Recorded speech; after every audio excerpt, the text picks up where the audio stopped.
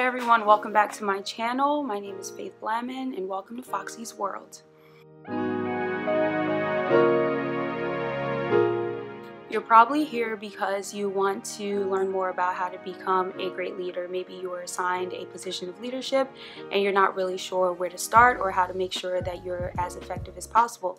So I'm here to help you navigate whatever uncertainties you might have. To give you some background on myself, I have served as student government president for my graduate school. I have served as captain of my track and field team 2 years in a row. I served as captain of my volleyball team in high school. I've been appointed a couple leadership positions in my organizations, like my church organization, and I am currently a coordinator for a medical mission trip to Liberia, West Africa. So I guess, I don't know, maybe I know a little bit about leadership. Tip number 1 to becoming a great leader: be a leader before you are appointed. I have never necessarily seen myself as a leader, but people have elected me to lead them because I have always shown that I cared about others. You're going to find that all of these principles are intertwined. The second tip is to lead by example. You want to show people how you believe that they should act before you actually tell them yourself. So this is kind of like a practice what you preach thing. For example, I was captain on my track and field team. I was elected captain after being on the team for 2 years. And the reason I was elected was because I always worked hard at practice. I always encouraged others.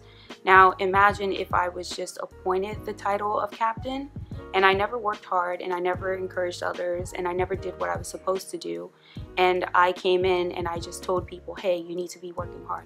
No one's going to listen to you if you're not practicing what you preach. Tip number 3, show others that you genuinely care about them. Who are you more likely to listen to? Someone who has shown that they want you to succeed, or someone who is just in the mood to tell you what to do?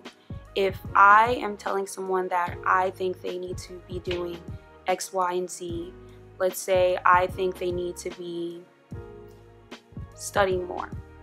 Are you more likely to listen to me when I say you need to study more because I told you to, or because I've taken the time out to show an interest in you, show an interest in what you want to do, and I know you as a person? So for the majority of my friends, they listen to the things that I say and they ask my opinion because they know that I'm going to be honest with them.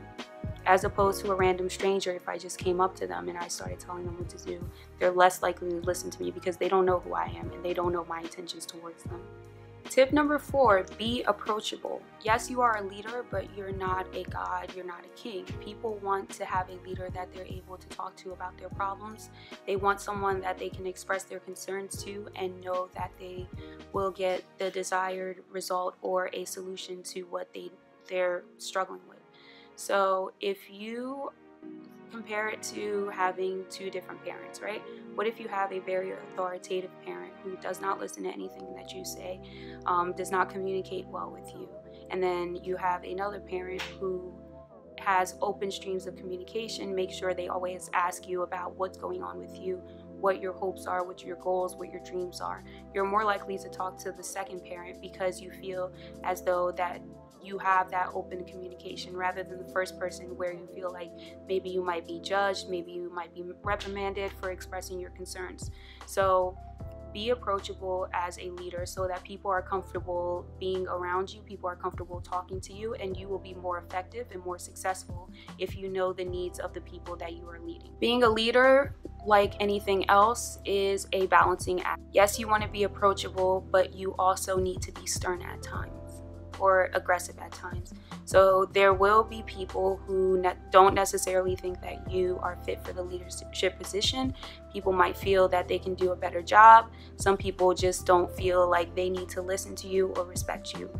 That is where the question comes, is it better to be feared or loved? I would say it's better to be both.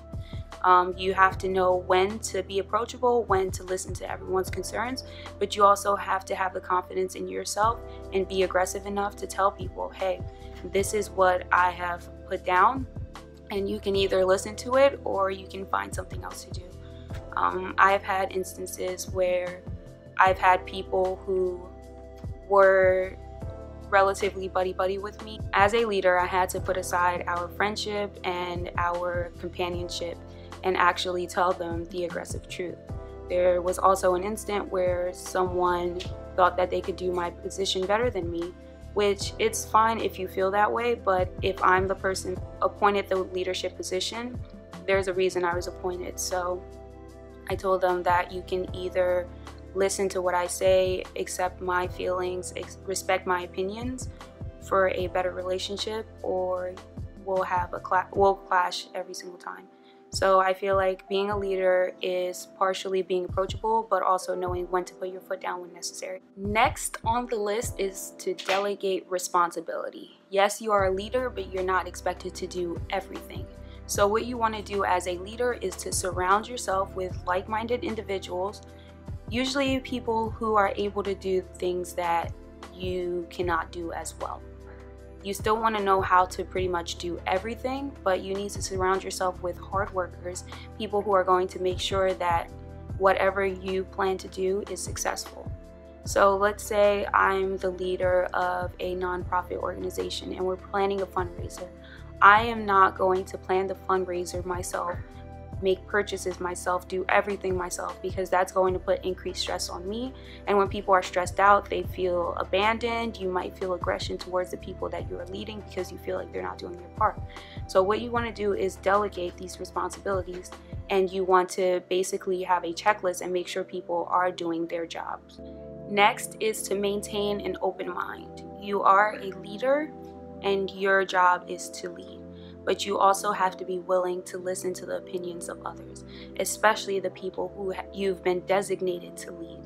Now, maintaining an open mind does not mean that you are a pushover, but it does mean that you are willing to listen to the ideas and the opinions of others. That's what makes for an effective leader. You also have to be able to see when you are wrong. If someone comes to you and tells you, I was offended by the way you went about this, as a leader, you have to be able to take that in and understand that even though you might not have meant offense by it or meant anything by it, that it made this person feel a specific kind of way. So to avoid making them feel bad moving forward, you need to take that and run with it. Just understand that I have to deal with this person in a different way than I deal with other people. And maintaining that open mind and that openness makes you more approachable. The next tip is to reflect. Make sure that you are seeing what you've done, what works and what does not work. Not everything you do is going to be a success, but the way that you achieve actual success is to see what works and what does not work. If you have been aggressive with a specific person and it causes them to shut down and not do the task that they are supposed to do, maybe next time you try to talk to them in a calmer, more compassionate manner. Now, some people do need that extra push. People need that extra aggression. I am one of those people. I respond relatively well to a more strict atmosphere, but even me, at times, I need someone to talk to me in a more compassionate way, someone to be a little gentler. So always reflect on what works and what does not work when it comes to people, when it comes to activities, when it comes to management, when it comes to how you carry yourself. Reflect on what works and adapt. Anything that is not growing and evolving is dead. The next tip is don't just ask for input, crave it. And when I say crave it, this goes back to reflection, but make sure that you are always getting people's opinions. Now, you are a leader and you should be able to be independent and make decisions for yourself and for your organization or the people that you are leading. But it is imperative that you are getting opinions and feedback, because if you continue to lead or do something in a way that's not productive, that's not helpful to anyone, and you think you're doing a good job, then you are failing yourself and you're failing your people as a leader. My favorite quote that goes with that is, "The wise man knows that he knows nothing. Only a fool thinks that they know everything." I found this quote to be extremely true. As I get older, as I become more educated, I realize I don't know anything. When I was in high school and I was 16, I thought I knew everything in the world.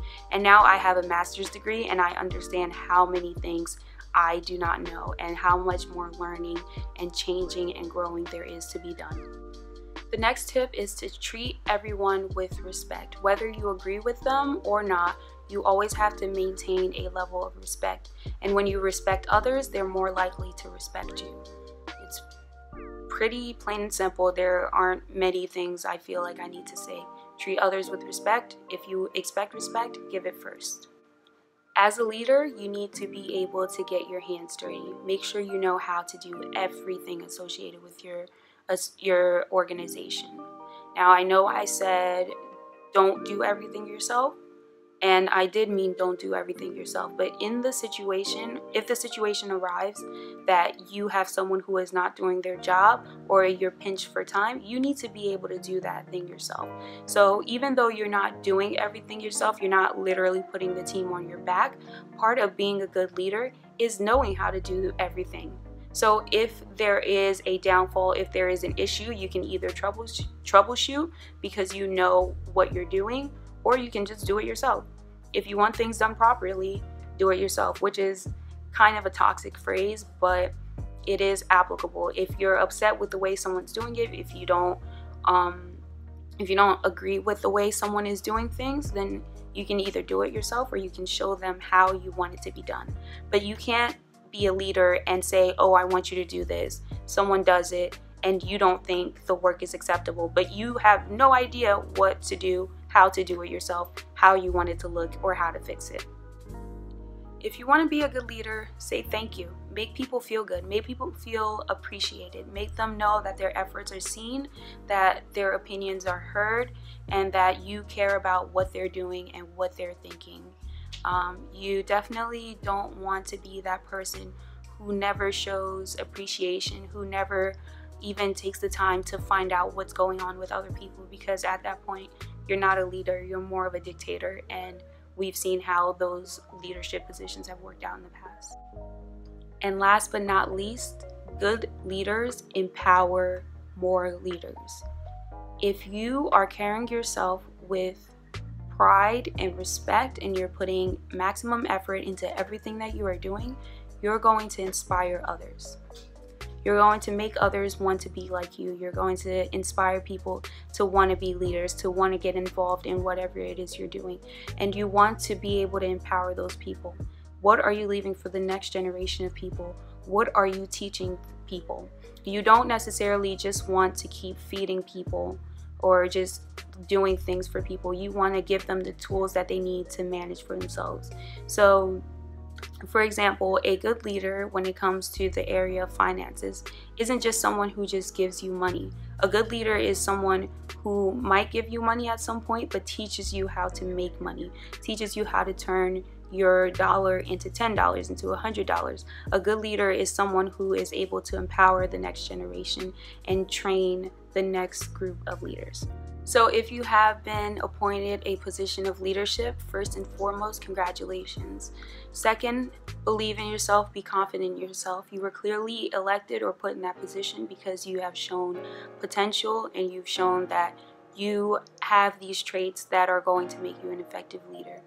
Third, make sure you don't let this all get to your head. You're still a human being, and a position of leadership is a role of service to others. Fourth, like, comment, and subscribe if you like this video. And thank you for joining me on my channel. Have a great day.